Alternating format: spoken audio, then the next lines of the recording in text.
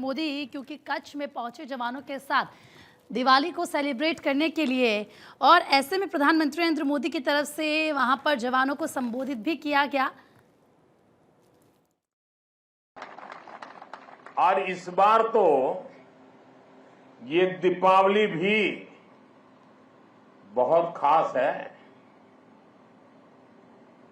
आपको लगेगा हर दीपावली का अपना महत्व होता है, इस बार खास क्या है? खास है अयोध्या में प्रभु राम 500 साल बाद फिर से अपने भव्य मंदिर में विराजमान हुए हैं। मैं आप सभी को और मां भारती की सेवा में तैनात देश के हर जवान को दीपावली की हार्दिक शुभकामनाएं देता हूं। मेरी इन शुभकामनाओं में आपके प्रति 140 करोड़ देशवासियों का कृतज्ञ भाव भी शामिल है, उनका आभार भी शामिल है। साथियों, मातृभूमि की सेवा का ये अवसर बड़े सौभाग्य से मिलता है। ये सेवा आसान नहीं है। ये मातृभूमि को सर्वस्व मानने वाले मत वालों की साधना है। ये मां भारती के लाडलों लाडलियों उनका तप है, उनकी तपस्या है। कहीं हिमालय की बर्फ और ग्लेशियर का शून्य से नीचा तापमान, कहीं नसों को जमाने वाली ठंडी रातें, कहीं गर्मियों में तपता हुआ रण का रेगिस्तान, आग बरसता हुआ सूरज, कहीं धूल भरी रेतीली आंधियां, कहीं दल दल की चुनौतियां और कहीं उफान लेता हुआ समंदर। ये साधना हमारे जवानों को उस हद तक तपाती है जहां हमारा देश का सैनिक फौलाद बनकर चमकता है।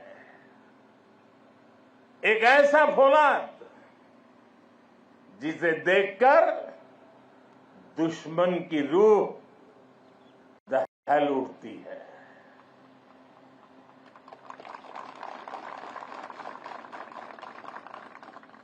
दुश्मन भी आपको देखकर सोचता है कि जो ऐसे क्रूरतम प्रहारों से विचलित नहीं हुआ, उसे भला कौन हरा पाएगा।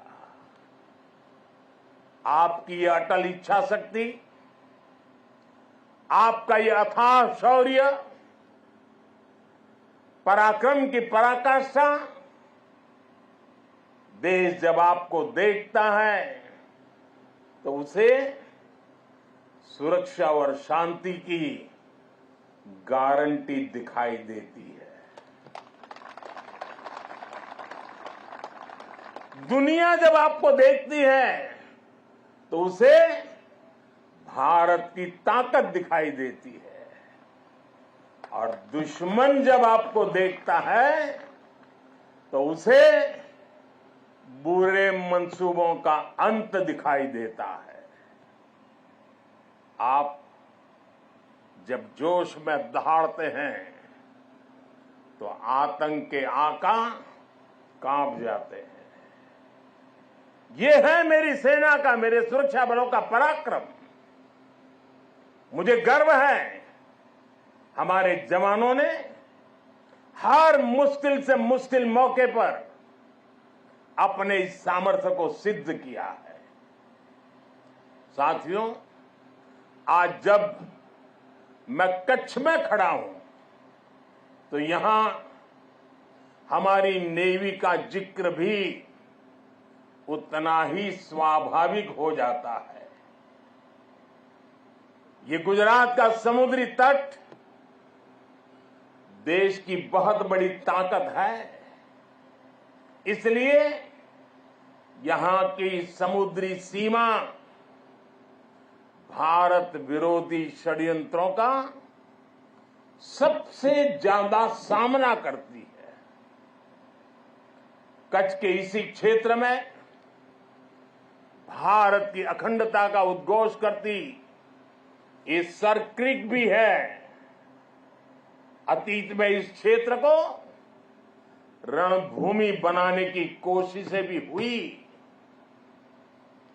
देश जानता है सर क्रीक पर दुश्मन की नापाक नजरें कब से टिकी है, लेकिन देश निश्चिंत भी है क्योंकि सुरक्षा में आप तैनात है।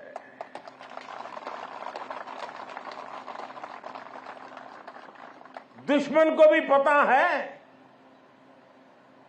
1971 के युद्ध में किस तरह आपने मुंहतोड़ जवाब दिया था।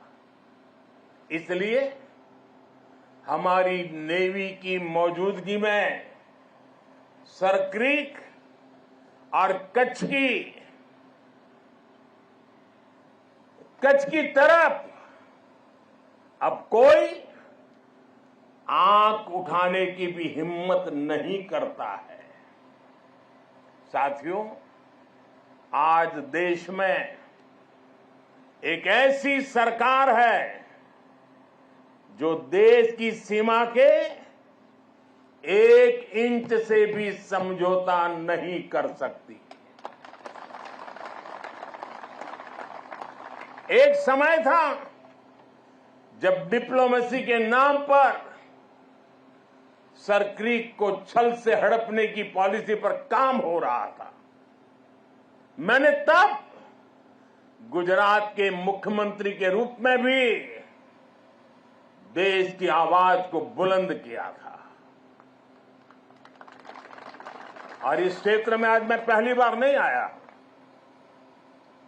मैं इस क्षेत्र से परिचित रहा हूं, कई बार आया हूं, बहुत आगे तक जाकर के आया हूं।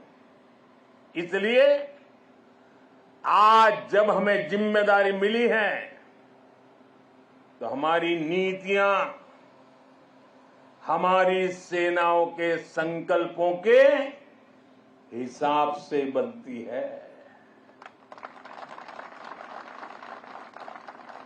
हम दुश्मन की बातों पर नहीं, हमारी सेनाओं के संकल्पों पर भरोसा करते हैं।